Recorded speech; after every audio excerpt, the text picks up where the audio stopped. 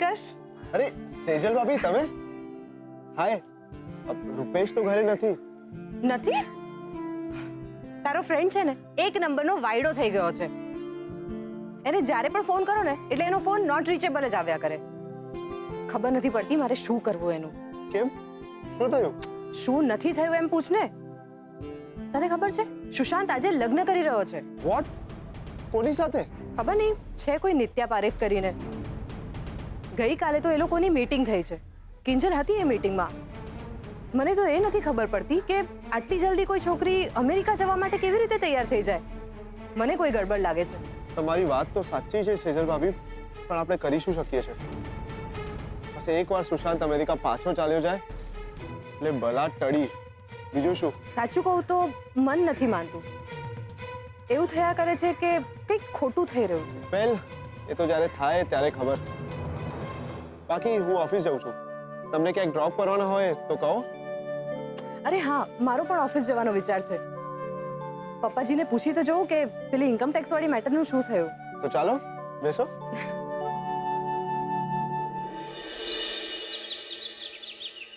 ઓહો, એ રાહુલિયા ઘડિયાળ તો જો, અને આ બાના તો હજી કઈ હતા પતા જ નથી. ઓ પપ્પા, હે? આ કિંજલ ફરી બાની કોણીએ ગોળ તો નથી ચોપડવાની ને? જેમ સુશાંતને પાસપોર્ટ ઓફિસ વખતે ચોપડેલો. સવાલ જ નથી. કિંજલ આવશે અને એને આવવું જ પડશે. અરે આવવું પડશે નહીં, આવી ગયા જો કિંજલ. અરે કિંજલડી ક્યાં ગઈ? આવ પૈસા.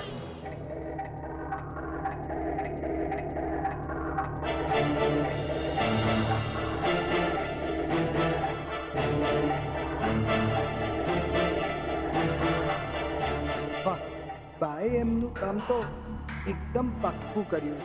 આખરે કિંજલને મારા નામની ચુંદડી પાનેતર પહેરાવીને જ લઈ આવ્યા.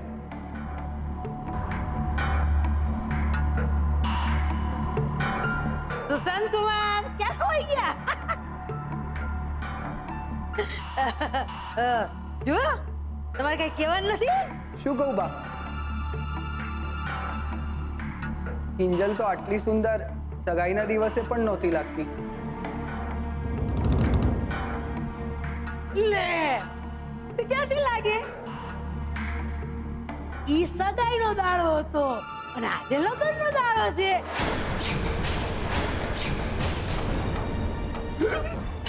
એટલે કે સુશાંતના લગ્નનો દાડો છે ને? લાગતું નથી હો. આ તમારે કઈ આ વાઘા લુગડા કઈ બદલવાનું નથી? બદલવાના છે ને બા, પણ મારા હિસાબે છે ને છોકરીઓને તૈયાર થતા વધારે સમય લાગે છે. અમને છોકરાઓને નહીં.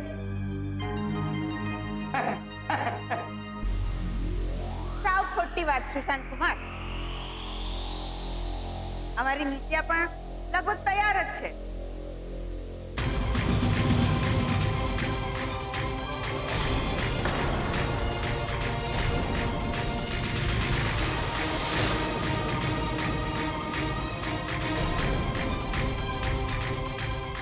ઓ માડી રે, તમારા બંનેની સાડી એકદમ સરખી.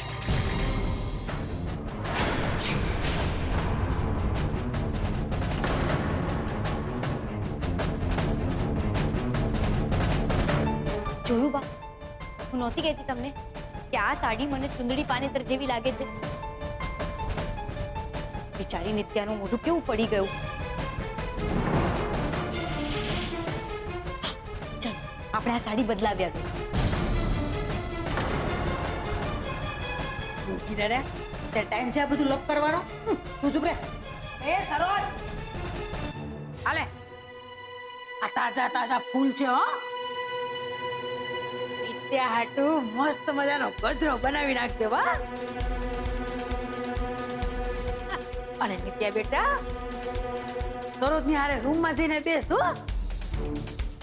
શું છે કે જેના લગ્ન થવાના હોય ને ત્યાં કામની વચ્ચે આંટા ફેરા કરે ને તો ટોકાઈ જાય, એટલે અંદર જઈને બેહો.